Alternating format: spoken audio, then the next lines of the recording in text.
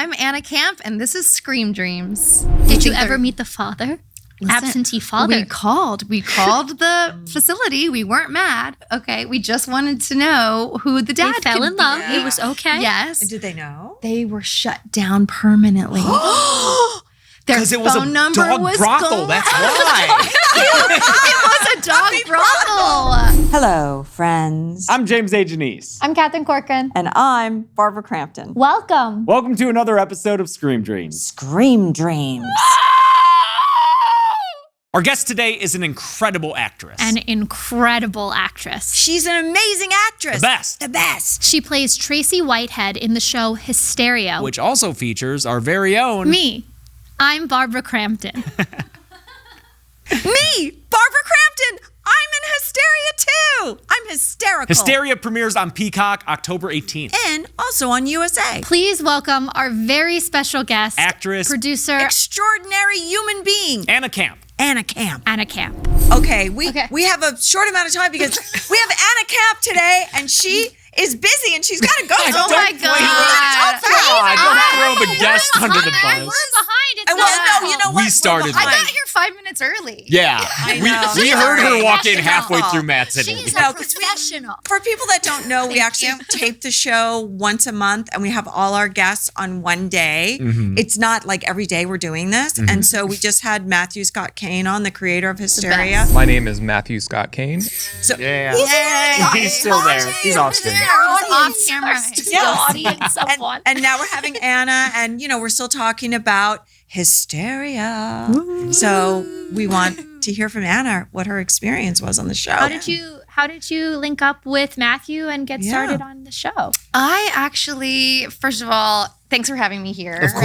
I love being here. I love you. I've been a huge fan of yours for forever. And I loved you because of Pitch Perfect. Because I watched that with my daughter. And fun. she's a big fan of yours. So when I told her you were going to be on the show, she was so excited. She was like, can I fly in and hang out? But she's in New York. So I said, I don't think we have the budget for that. Fly in and out. Yeah. But I'm really happy to be here and meet you guys. I'm a big fan. Honestly, Mad Men is my favorite show. Yeah. The fact that you got to be So on Mad Men brilliant in multiple Mad Men. episodes, that's That- awesome. and True Blood. And True Blood, yeah. yes. Blood, Oh yes. my God. Yes, Your yes. career is run You such have a a really good career. I mean, Yeah, knock on wood. everywhere. Hello. But it'll keep going, you know. But luckily, I booked this role on Hysteria. You I booked well. They played- asked you. No, I auditioned. You did not. I did. You made I did. her They made me. audition. Listen, my agents apologized to Because me. you should be offer only. That's really As nice. what we it's call not offer the way it is anymore. I mean, I've had to read for basically everything, and I talk to other actresses, and they're like, you would think at some point, and I'm sure you get to a point, some things I get offered, but the great roles that a lot of actresses want, and I think the creators know how great these roles are, and they care about them so much that they really don't want to go in blind, and I respect that. I'm actually getting into producing now, and I'm starting to have cast actors as well. And I thought maybe I would just be like, oh, just offer it, but no, there's a protective quality that you feel about the project that you're making and the thing that you're shooting. So I read the script, and I read it really fast. Well, 'cause was it it's so one good. script? That's what I'm curious about. One How much script. information did you have? Just one script? Just the pilot. And a Literally. description of the character. A description of the character and just the pilot and the world that it was set in, 1989, satanic panic, and Tracy Whitehead is the character that I ended up. Such a great name. Such a great name. You kind of know who she is, right? Yeah. When you see that name, when I read that name. And she's basically, gosh, how do you describe Tracy? I love her. I think she's very misunderstood, and I feel like at the end of the day, she does things out of care and love, especially for her daughter, who wants to rid the world of death metal music. She's a Christian fundamentalist. Yes. I mean, that's Yeah, people she's are very involved in her Christian church. fundamentalist, I believe, and I don't think that that's a judgment on her. I just think that is who she is, and it informs her perspective. Exactly. It informs her decisions that she makes, and she believes in God, and she believes that God is, telling her what to do, and she's trying to do the best that she can to not repeat the mistakes that she made in her past. That's all I'll say about that. Well, and those will be revealed because I play your mom. Yes. But in a flashback, so there's another actress that's playing you, younger. Yes, there's young Tracy, and I'm really hopeful that we get a season 2. So maybe you want to come back and you we and can I might have a scene together, because we didn't get to have a scene together. I know. That would be awesome. Yeah. So it's kind of like generational issues about fear and trying to protect your children and, the dangers in the world and what's going on. And that's kind of what the show's about. Definitely. It's about, youth and when every generation, there's an older generation and then there's the youth, right? And the youth are testing their limits and pushing their boundaries. And this just happens to be in the late 80s when the occult is really, rising, and there's serial killers running around, and, a lot of fear. It's a dangerous time. In America, very, quote unquote, dangerous time. And it's just like Tipper Gore, I always kind of think about my character. She's very similar to a Tipper Gore type who tried to, she got the parental advisories put on all of the rap music and Twisted Sister and all of that. So she's in that world. Yeah, definitely. That's a good reference point. So what happened during the audition then? So were you in the room? Or I killed it. No, obviously. No, I don't know. But was that on Zoom, or were you in the room? Or Zoom. Ooh. But you didn't have to send a tape in. You had to read on Zoom. I did send a tape in. Okay. I did send a tape in, and I hate self-taping. Everyone does. I've booked one job in the past 15, 20 years. I'm like older now. I just like 20 years of self-taping. It's really hard to get a job off self-tape. I agree. It's really, really, really hard because you don't get any direction, and you give it a pass, and you're just like, I don't know what they're going to think of this, but I'm going to do my best. And you don't get an adjustment because when you're in the room, whoever, the director can say, Anna, can you try it like this? Yeah. Put this quality on it, or try this quality. And by this point in our careers, we can all do that. Definitely. I went to acting school. I graduated with a BFA. I went to an acting conservatory where I'm taught how to take notes and shift and change and be different people and give the directors what they want. And so when you're asked just to blindly put yourself on tape for something, it's just really frustrating. And you can't send in 4 different versions and be like, here are you can. They won't watch them. No, actually, I want to say something. Who was I talking to? And I can't remember. Maybe as I'm talking, I'll remember. But somebody was saying that you can send in a few different versions. And I was like, you can? And this person said, yeah, we'll watch them. I think it depends on the casting director. I think it that. depends on the casting director, because I've gotten some where it says 1. It's very explicit. Which sucks because it's I could do different versions for you, depending on what you want. But I also think the thing that is lost about being in the room is 90% of it, I think, is just knowing that you can be on set with someone for an extended amount of time and be creative together. 100%. And of course, the first round is always with casting anyway, but casting, it's already kind of figuring that out and going, oh, I think they might mesh well with how, this director and this producer are seeing this. And then it kind of lines up. And that's completely lost when we're doing it over Did we talk about this when JT Molnar was on? Yeah. He directed Strange Darling. Oh, I can't wait to see that movie. I haven't seen it yet. Oh my God. I know, I'm going to love it. It's so good. Yeah. It's ridiculous. And he was saying that he spent a lot of time talking with the people that he wanted to work with just to see if he would like hanging out with them for a month. Absolutely. Or just how they're seeing the character. Yeah, and also, are they crazy? Are they nice? Are they nice people? Is the person a nice person that also wants to get to know you and talk to you, and they're not also, their energy might not be it's a whole balancing act, and you get nothing from a slate. Oh my You know what I mean? So take us back again. You said you sent in a tape, and then you had a Zoom interview. I had a callback, I guess is what they called it, where I needed to read for Matt and for the director, Jordan, and for one of the other was the producer. David there? Goodman David or Goodman was there, I believe. Right? Yeah. So I did Matt, you can speak up if you want. Okay, so I keep like looking off, like checking, like Matt, right? Yeah, so I did the audition from my home on Zoom. And did they give you direction? Did Jordan give you direction? So much. Wow.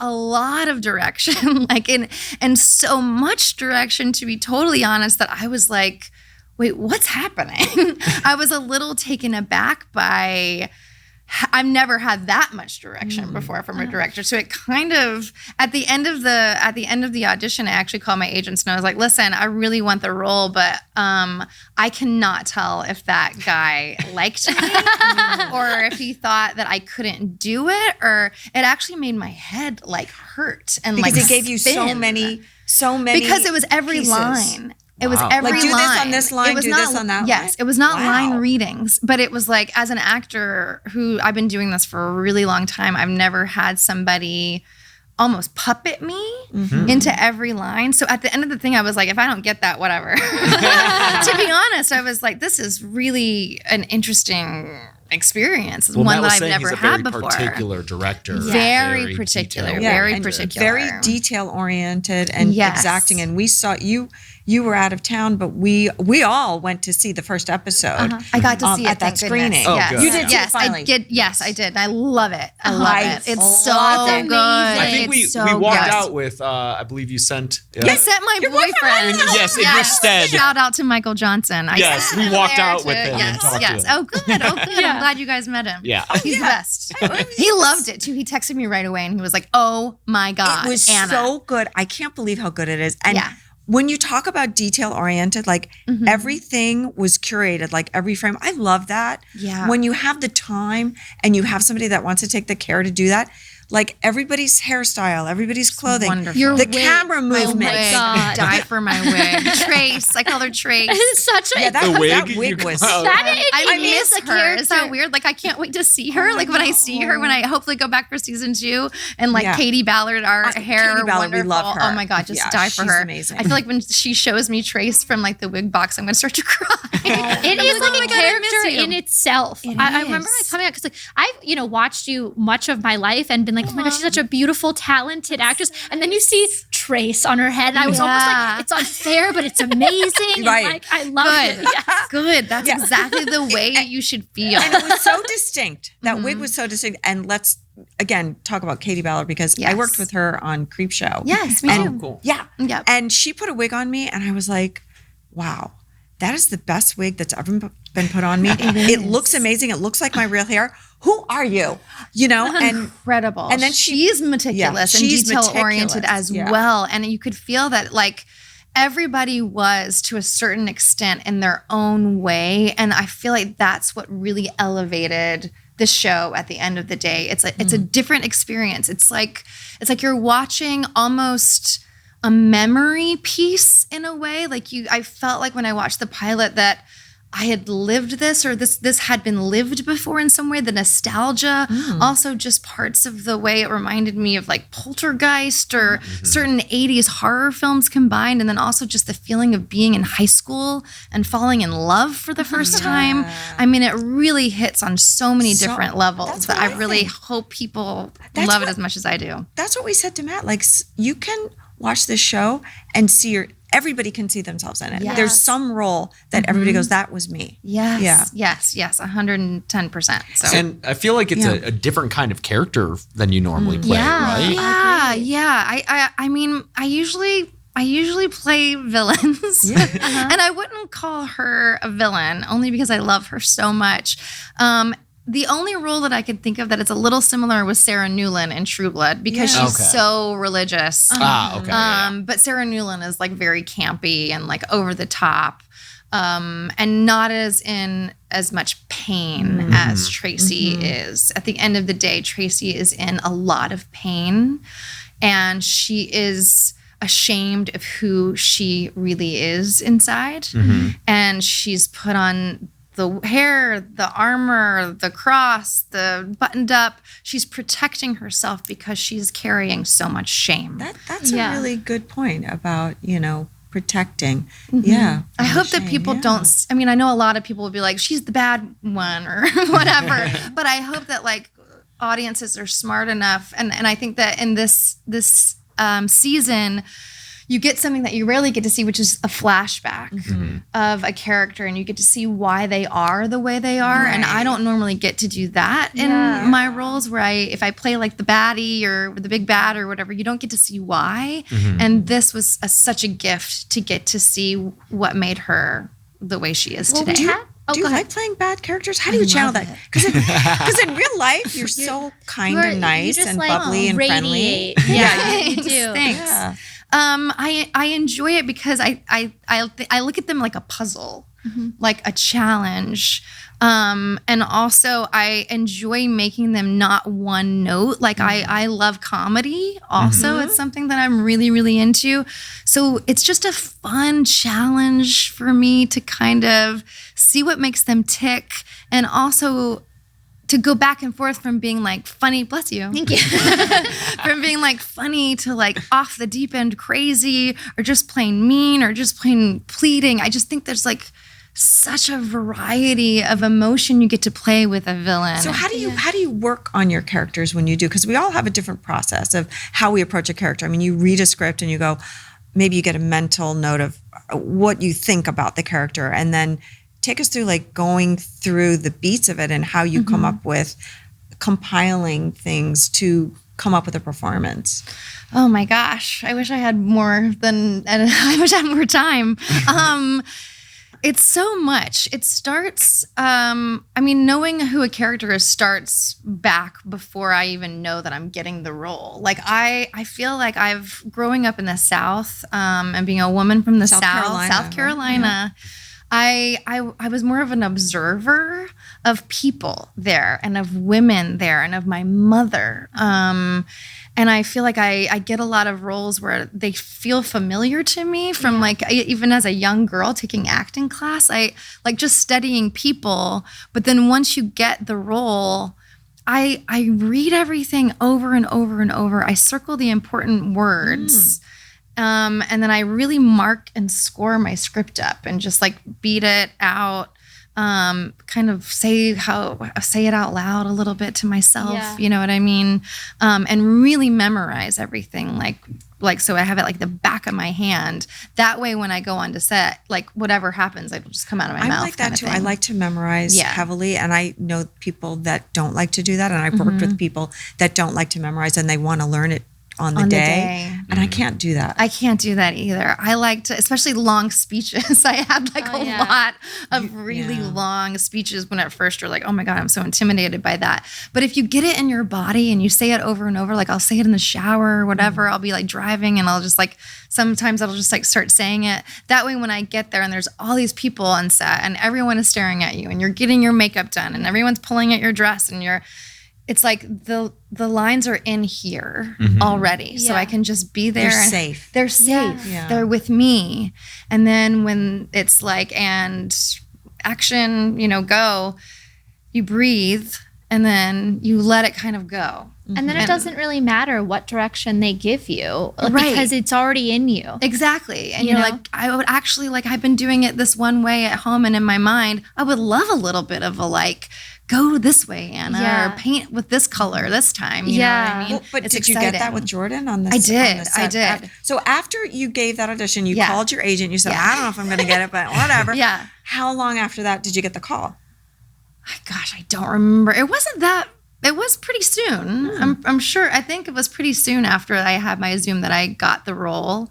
And then when I got to set, I was like getting ready and I was like, oh, this guy, you know what I mean? Oh, wow. I was like, okay. I was actually kind of like telling myself, don't get in a fight, Anna. Because I'm nervous. I get a little bit protective, right? Over my character. Sure. Yeah. And I'm love like, that. You connected with and them. I'm like, I don't want to fight this guy. It was yours now.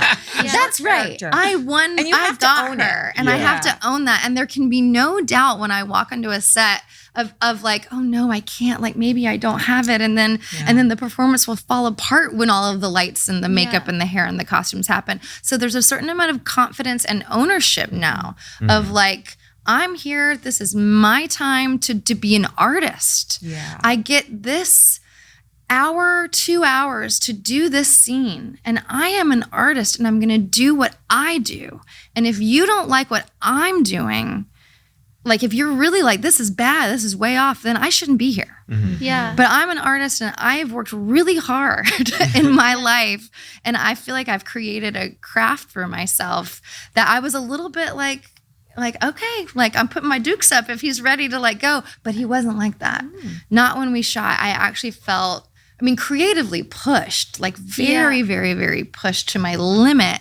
But in a way, I found some incredible things. Right. And also he was on a time limit, you know what I mean? Yeah. So he couldn't go crazy. Well, I think that's like a really interesting thing that a lot of people don't realize, and you have a lot of TV experience, so you know this better than anyone, is like, when you're working on a film, you have one director and you are the character and you guys create together. But when you're working on a television show, there are multiple directors. Yeah. So it's up to you to really understand who the character is, because every single director that's going to come in is going to have a different vision of how they want that particular moment in the character's life to go. Absolutely. But you are the overarching, artist, painter, and constant, which is very different than in cinema. And so it's so important. I feel like that what you just said is so important for a lot of young actors who are listening, because not that you should be going in prepared to fight with your department heads, but that you need to know who you are and that what you bring is so valid. Defend the character, defend the character's choices.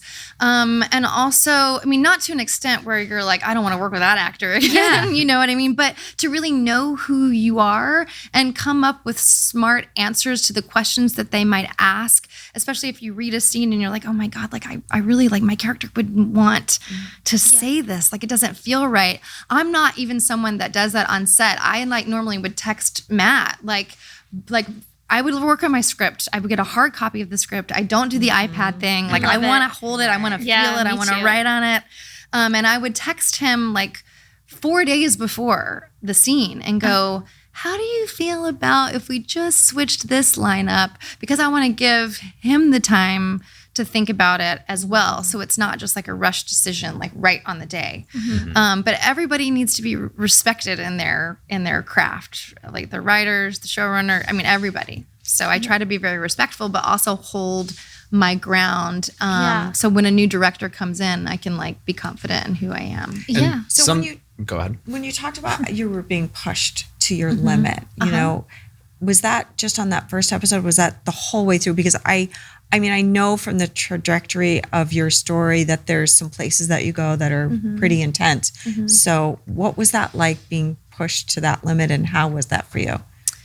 There's a particular scene in episode 6 where I'm having a scene with Nikki Hahn, who's incredible, who plays my daughter, Faith.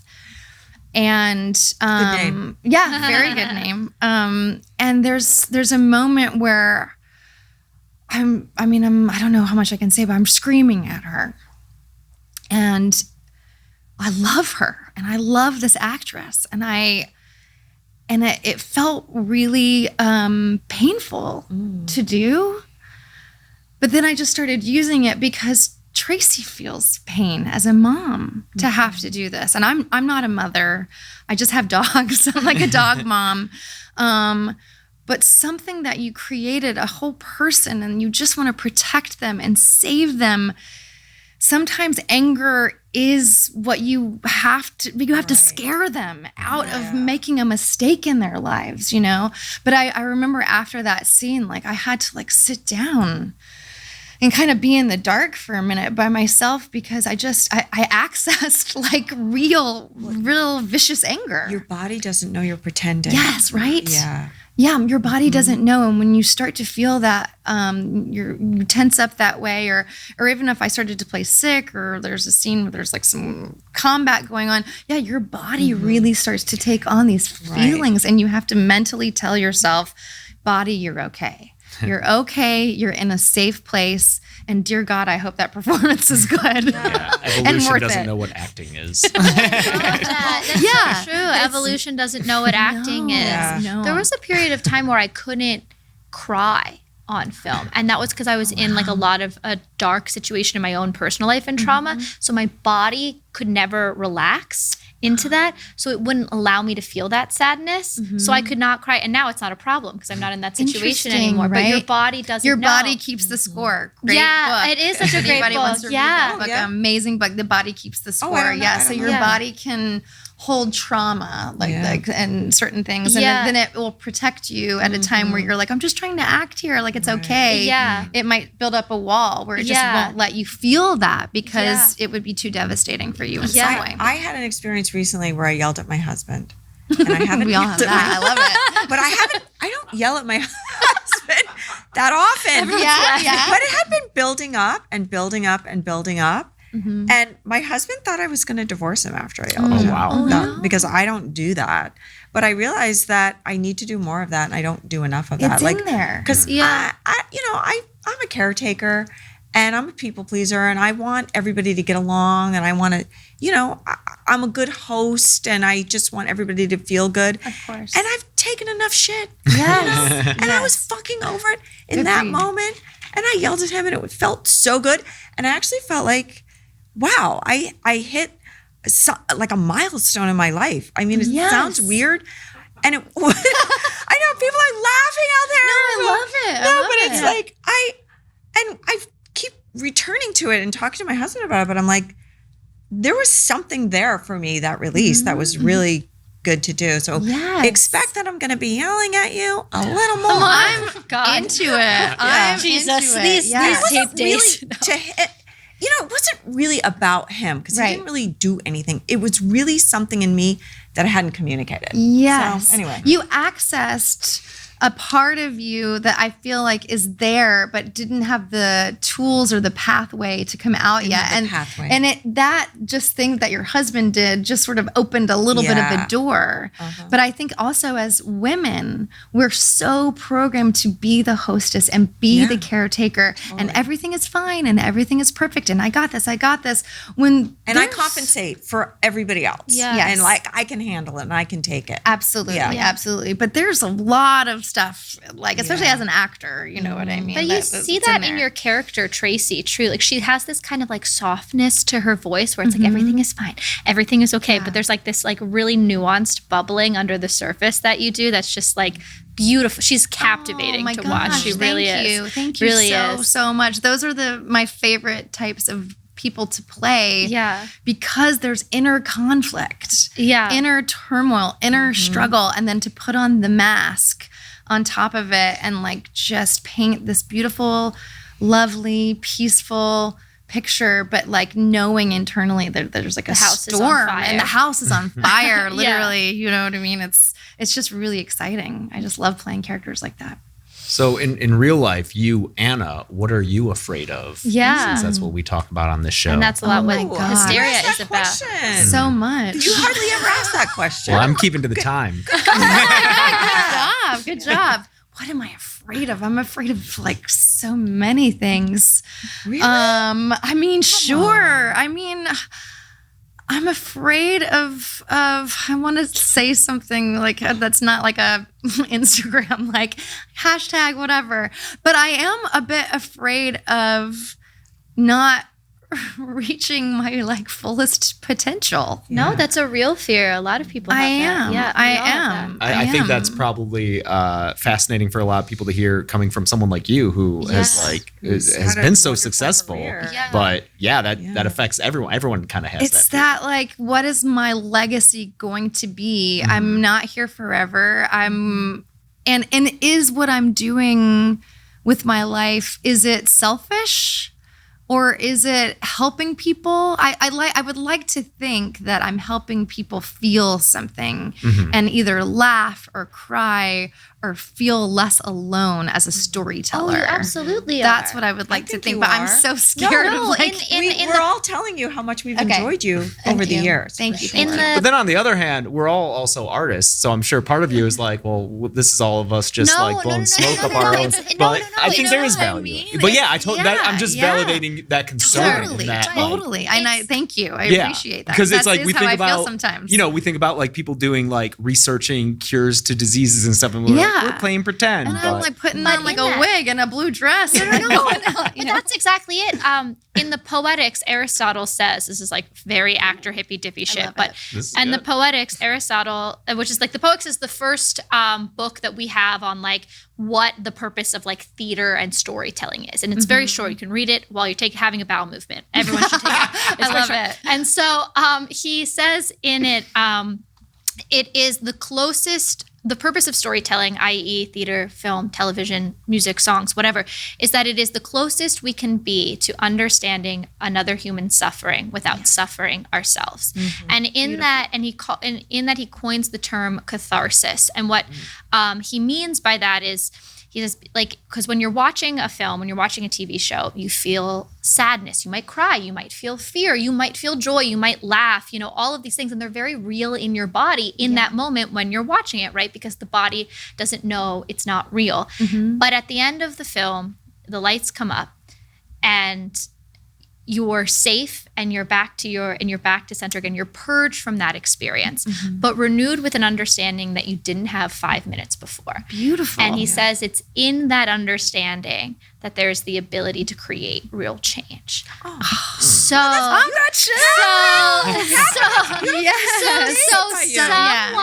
like the point of that is like somebody could watch a film where they watch someone, you know, suffer from cancer, for example, and then be motivated because they have this understanding that they didn't have before of what that's like to try to do something about it, or even on a very base level, have more empathy for each other. And that's what you're doing. And that is so sacred and so holy and such a like beautiful thing. Oh my God. So like, so well said.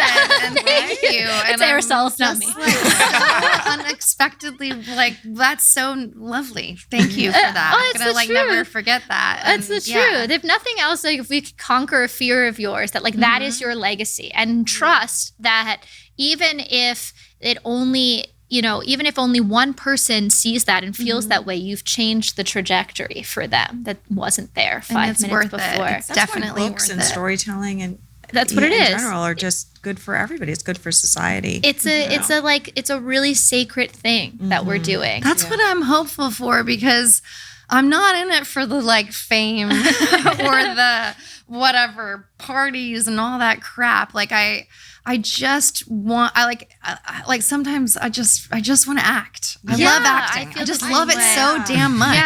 Yeah, I love it too. It's really it's my passion. It's a great self-expression and, you know, feeling of reminding ourselves why we're human. You know, just love the human condition. I love people. I love people too. And like when you're in a scene with someone and you're like looking at their eyes and the way their eyelashes are doing this and the way you're like talking to them, and then you ended up like falling in love with this like person and making the moment, like it's all about being so present in the moment with another human. Yes. I almost feel like, because in real life we might be having a conversation or having lunch or whatever, and you know, we're just chatting about whatever and we're doing a lot of different things, but there's something about being on a set and being with another actor or actress, and you're in a scene and every single person in the room and you and that other person are concentrated on that one moment.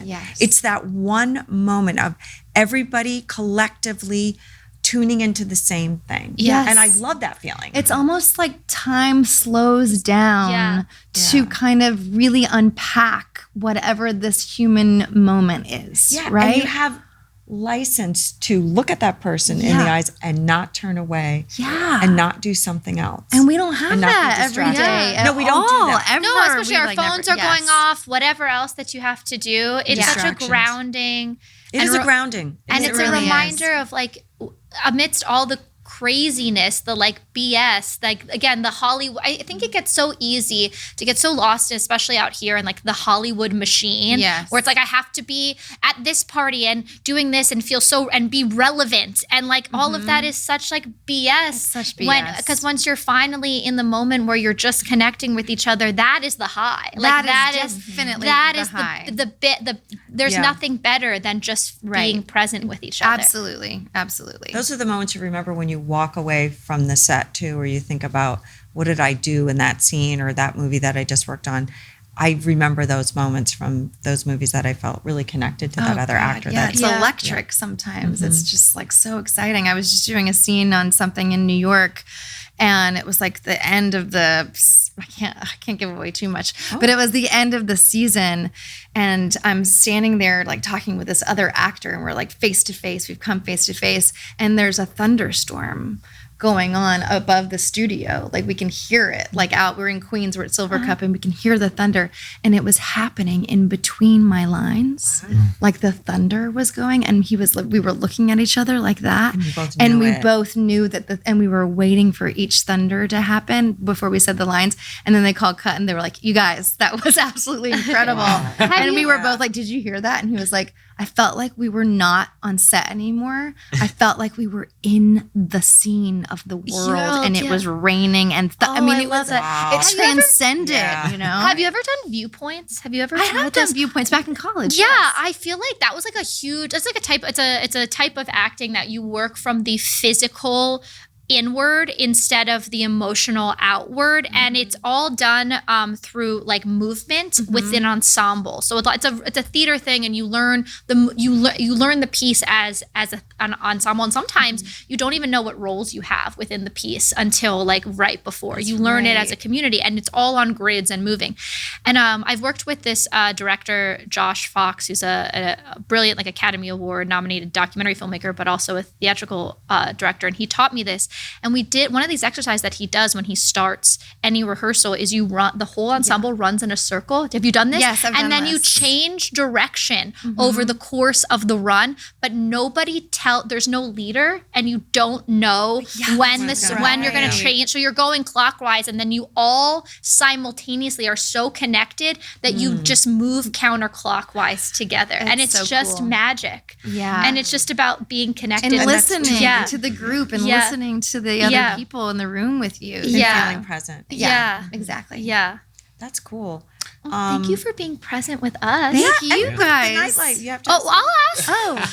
Ask me. I wasn't going to forget. We always get here. Thanks, though. I appreciate you having my back. So on our show, we ask all of our guests what their nightlight is, and what we mean by that is amidst all the darkness in the world, all the intrusive thoughts about like what is my legacy, all of this stuff, what grounds you, what brings you back to center, and lets you know that everything is going to be okay. What is your light at the end of the tunnel?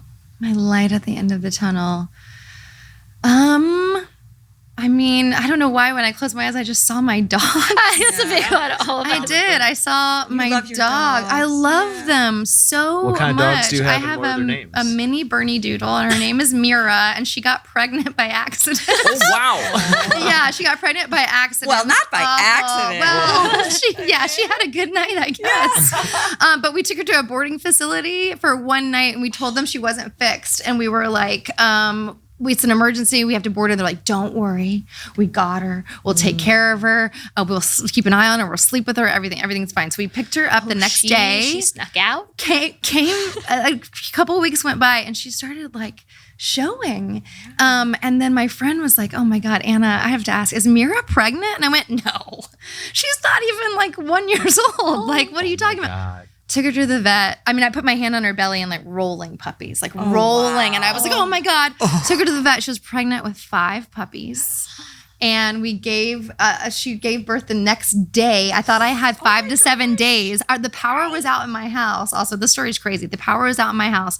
I went to go get coffee because the coffee maker wasn't working. I came back and my boyfriend was like, Anna, where were you? She said, I was getting coffee. I was getting coffee. What?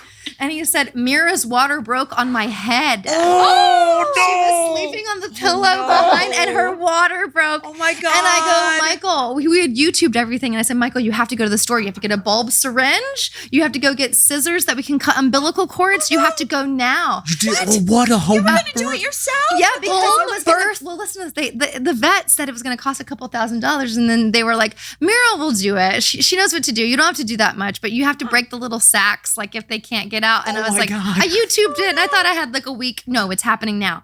He goes to Target. He's getting a bulb syringe, all these things. I'm in the bathroom, like scrubbing up my hands. I'm like washing. Ready to perform. I'm like, Mira, it'll be okay. Delivery. I look back, and she's staring at me, and half of a dog is coming out of her body, and she's not doing anything. She's not doing it. She's just like, she's Mom? looking at me, and I go, Mom, help me. and I knew that if they stay in the little sacks for too long, they'll suffocate and die.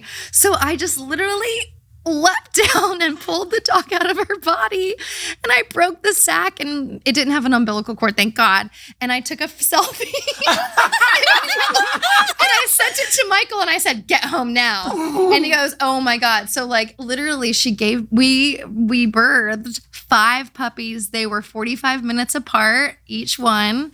And That's a long session. Long That's a story long short, time. it's a long time. We were faint because I don't like blood or like getting Oh my blood drawn. God. I was like so dizzy, neither does he. While the power is out.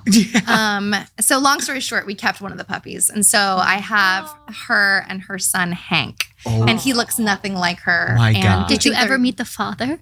Listen, Absentee father. We called the facility. We weren't mad. Okay, we just wanted to know who the They dad fell could in love. be. It was okay. Yes. And did they know? They were shut down permanently. Their 'Cause it was a phone number dog was brothel. gone. That's why. It was a dog brothel. Puppy brothel. So their Facebook page was down. Their doors were locked. The sign was off the building. Never has a weirder thing happened. That's ever. incredible. It was crazy. This So- father just left the We seat. got Just Hank. left his We got- children? Yeah, and it could have been 2 dads also because the Yeah. other dogs. Wait a minute. No, wait. that's Does the that thing. happen? That's a we asked thing? the vet, and they're like, it is possible that there could be Wow. 2 dads because the other 4 girls were black and white and looked nothing like Hank. Holy shit. This is So information mystery on dad. dogs I've Yeah. never thought. I can't believe this. Wow. So when I close my eyes and I think about the light at the end of the tunnel, it's my sweet baby dogs that are. You've literally you have gone through such trauma for them. I have. You have gone through a tunnel. Yes. Right, a tunnel. And I'm like, a dark if I can, tunnel. If I can do There's no that, if I power. can go through the dog tunnel at the light at the end of the dog tunnel, I can hopefully do anything. I love this. Thank That's you. great. I love this. If you too want to go through the dog tunnel, You can. you can.